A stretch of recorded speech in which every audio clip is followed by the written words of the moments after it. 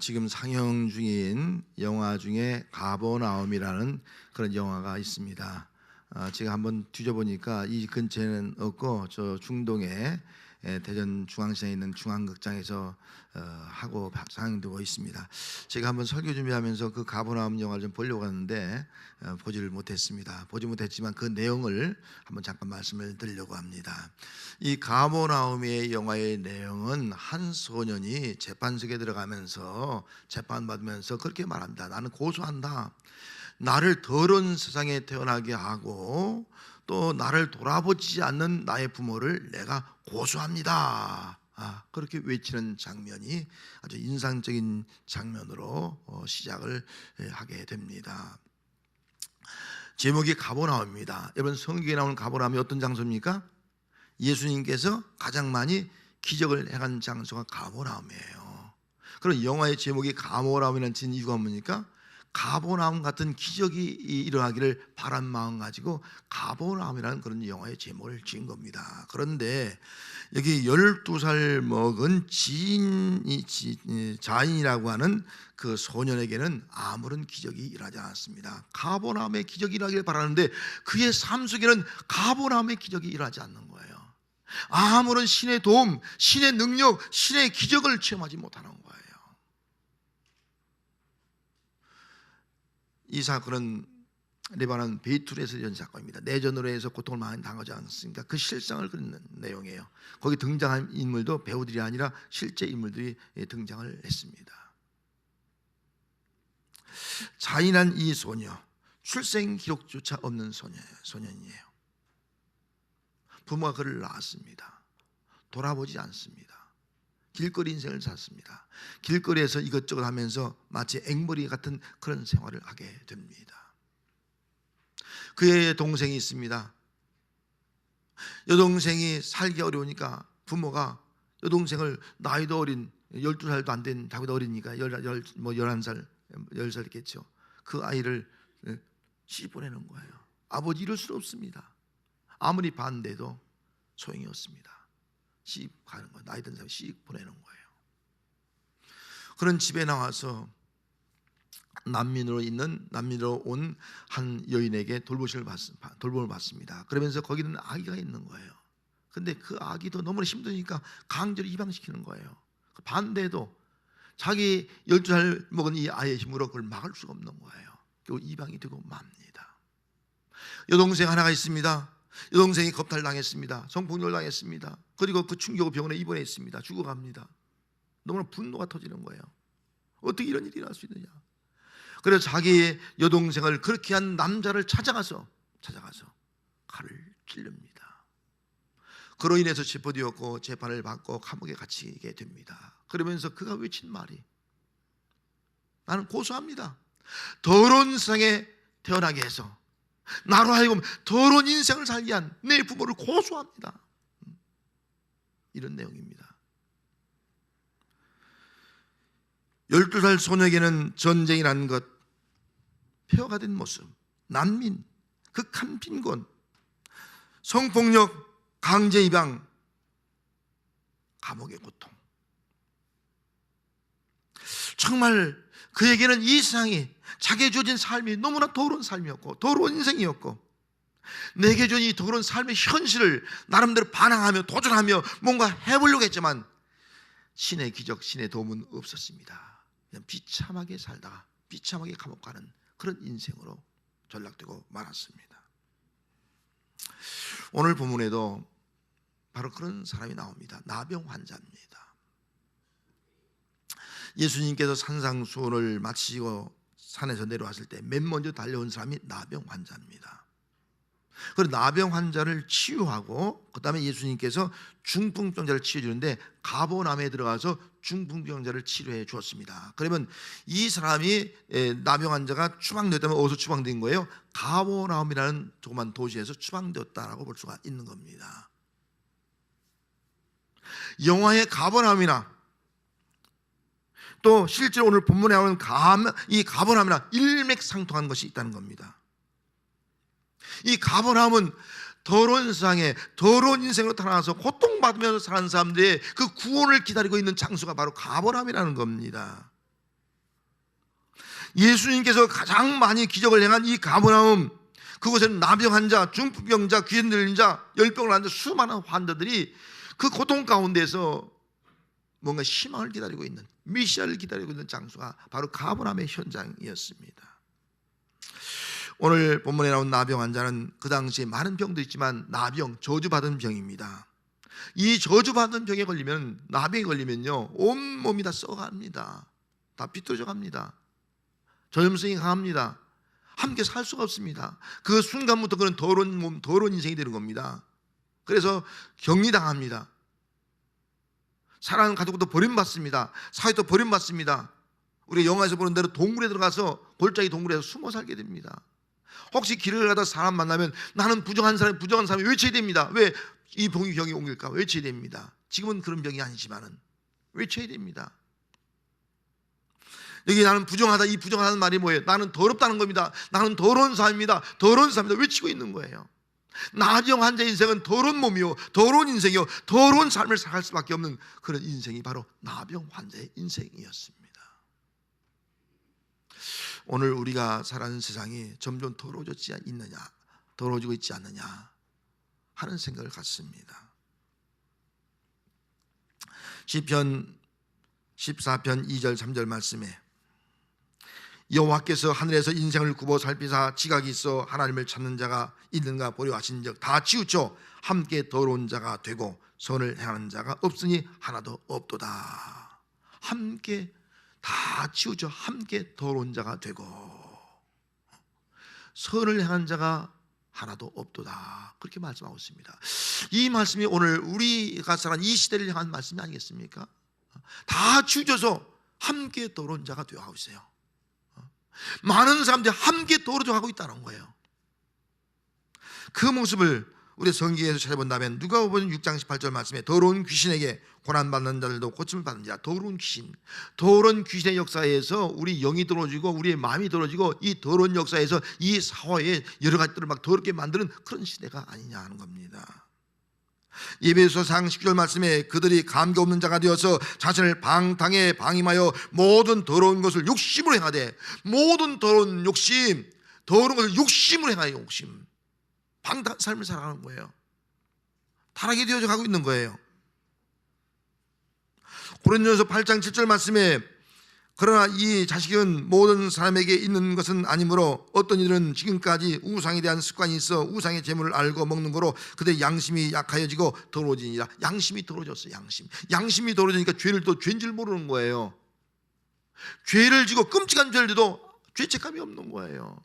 이게 오늘 현대의 모습이 되어가고 있지 않냐 하는 겁니다. 오늘 현대를 살아가는 모든 사람들이 이렇게 더러운 귀신에 의해서, 또 더러운 욕심에 의해서, 더러운 양심이 되어져서 우리가 그렇게 살아가고 있지 않느냐.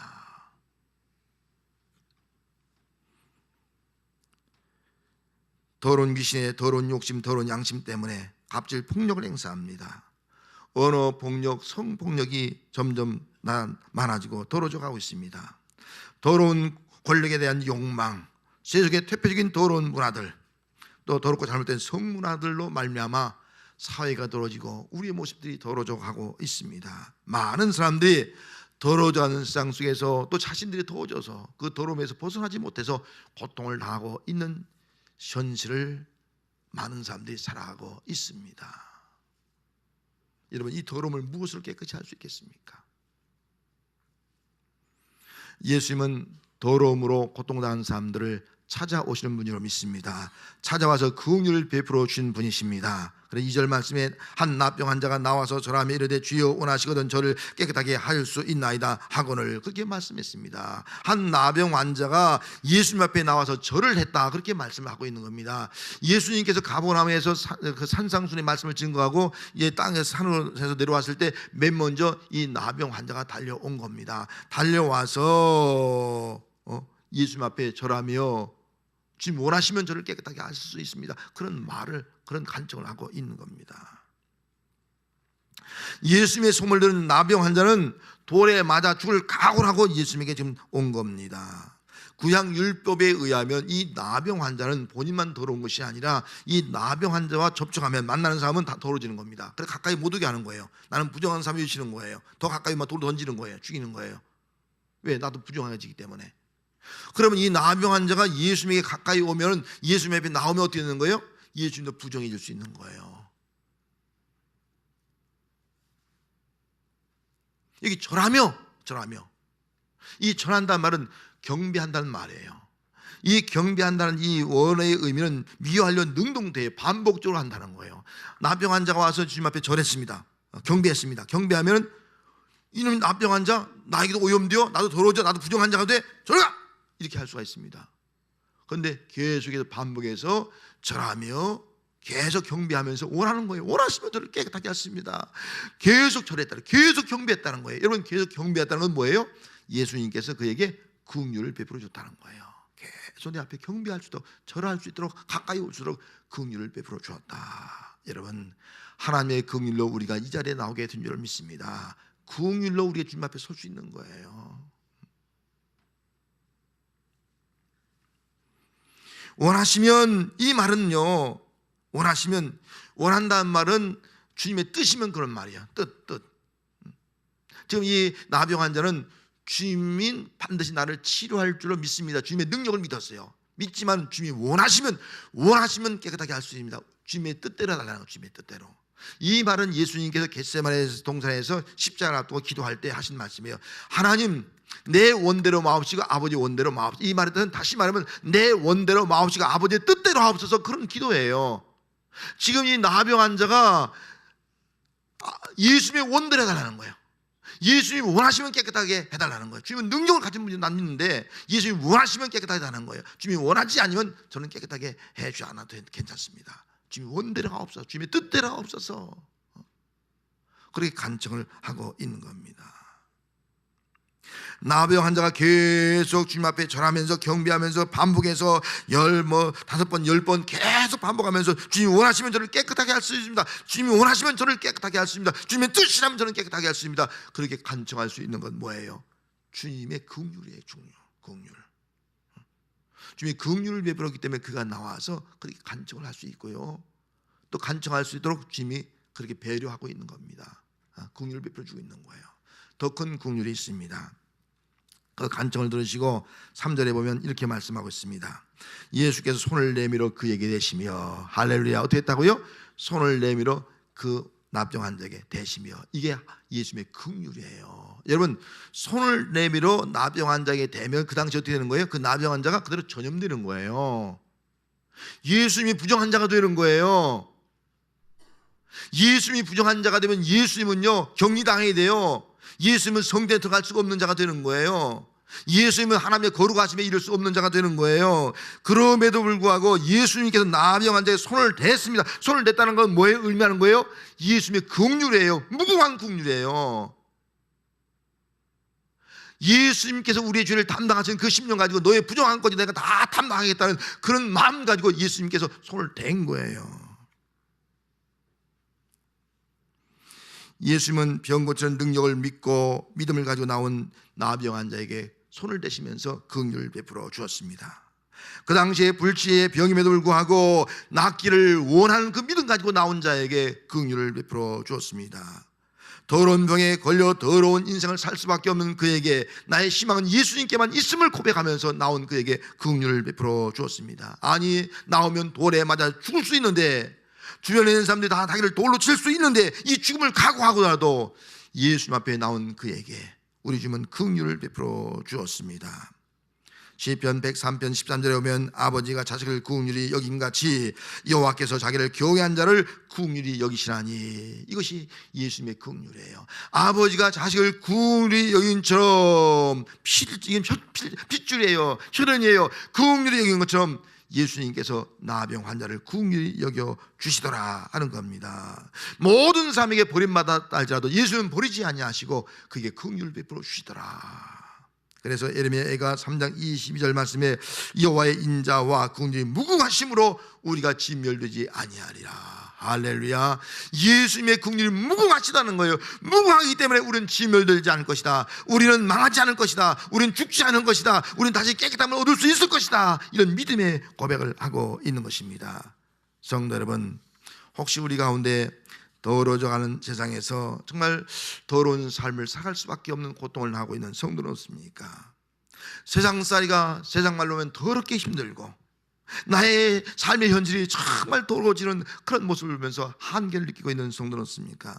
날로 부패해져가는 이 시대를 바라보면서 더러움의 아픔과 고통을 토해내면서 그 누구에게도 도움받을 수 없어 실망하며 살아가는 그런 자리에 있는 성도는 없습니까? 몸과 양심과 더러운 인생에서 우리를 깨끗하게 해주시는 분은 예수님밖에 없는 줄 믿습니다.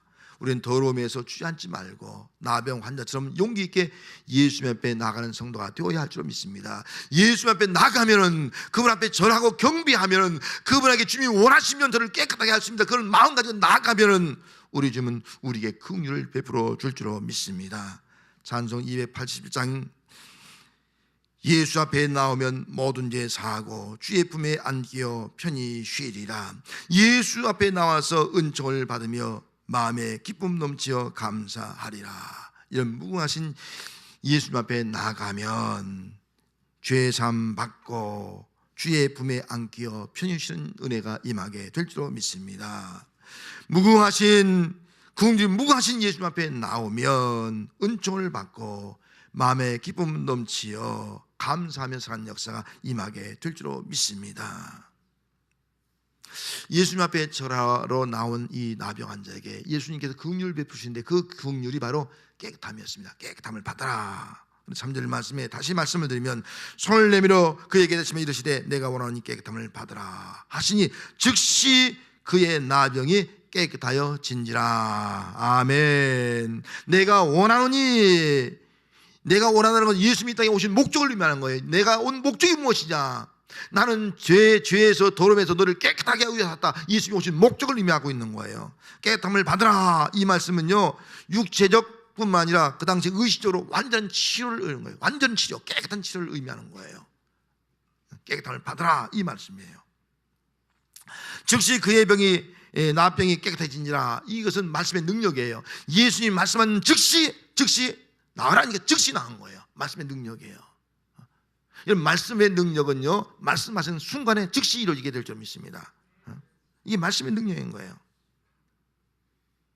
예수님께서 오신 목적은 깨끗함을 받는 겁니다. 그래서 마태복음 11장 5절 말씀에 보면 맹인이 보며 못 걷는 사람이 걸으며 나병 환자가 깨끗함을 받으며 못 듣는 자가 들으며 죽은 자가 살아나며 가난한 자에게 복음이 전파된다 하라. 그렇게 말씀했어요. 자, 이 말씀은 예수님이 이 땅에 오셔서 복음을 전파했어요. 그 복음이 무엇인가를 알려주고 있는 겁니다. 여러분, 복음이 뭐예요? 복음은 유앙게리온, 기쁨의 소식, 좋은 소식이에요. 그럼 여러분들 여기 있는 말씀 그대로 지금 맹인에게 좋은 소식이 뭐예요? 보는 거예요. 맹인에게 기쁜 소식이, 그다음에 걷지 못한 사람에게 기쁜 소식이 뭐예요? 걷는 거예요. 나병 환자에게 기쁜 소식이 뭐예요? 깨끗해지는 거예요. 듣지 못한 자에게 기쁜 소식이 뭐예요? 듣는 거예요.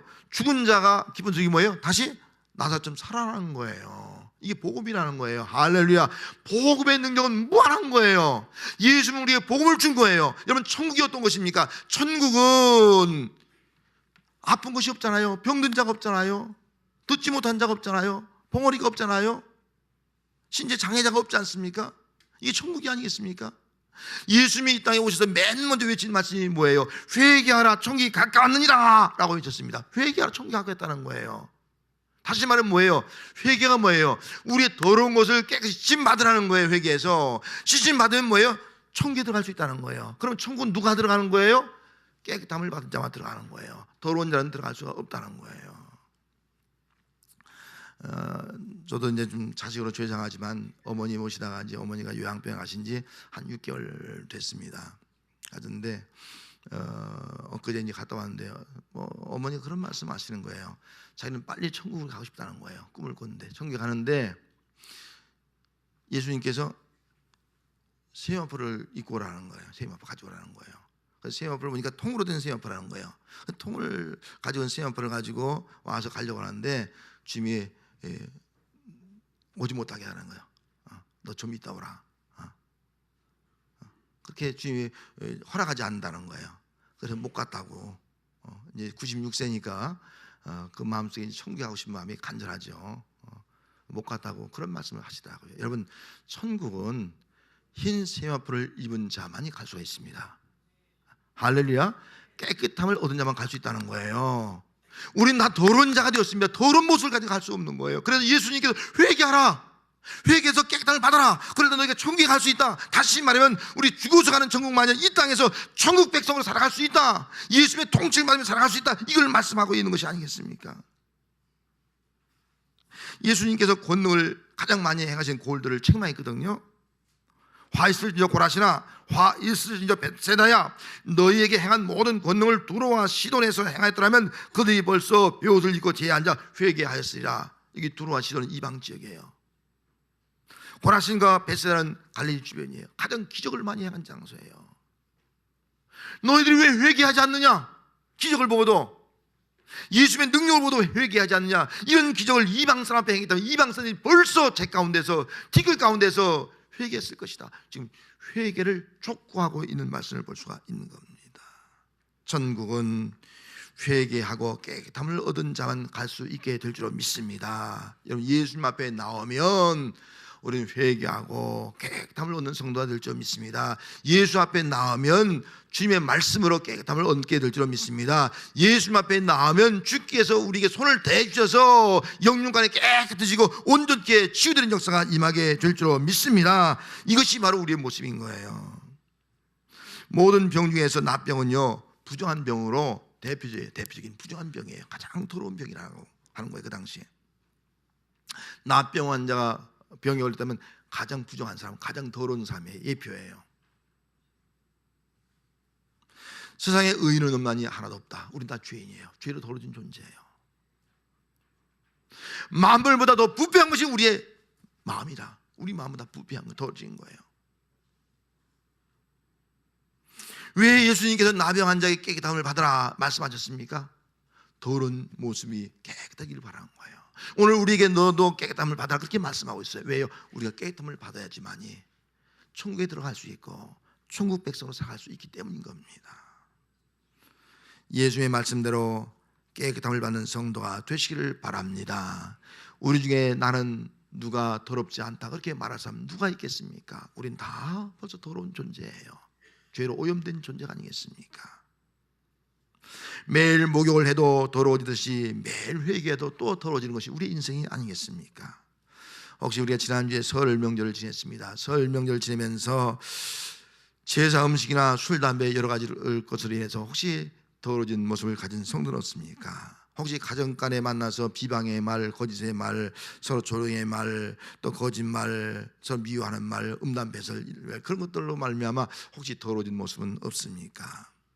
서로 만나서 시기 질투하고 무시하고 미워하는 그런 마음 때문에 우리의 마음이 더러워진 모습은 없습니까? 오늘 예수님 앞에 나왔습니다.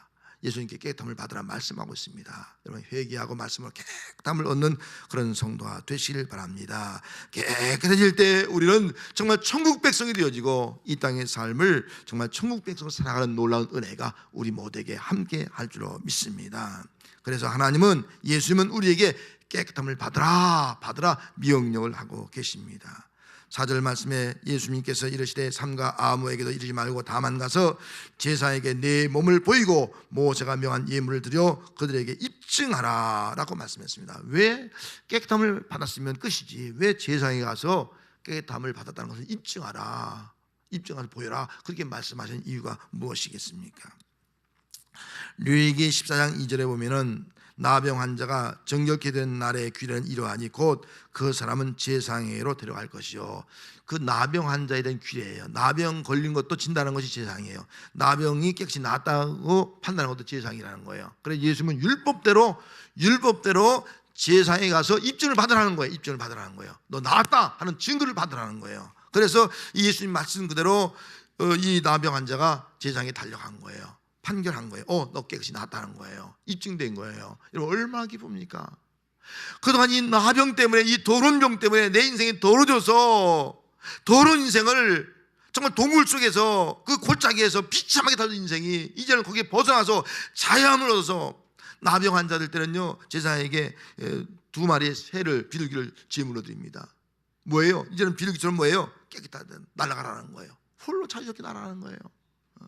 이제는 자유롭게 살고 있고 모든 구석에 벗어나고 소외와 멸시에 벗어나서 이제는 가족을 만나고 또 이웃 사람들을 만나고 성경과 예배드리면서 자유롭게 살아가게 되었으니 얼마나 기쁘겠어요.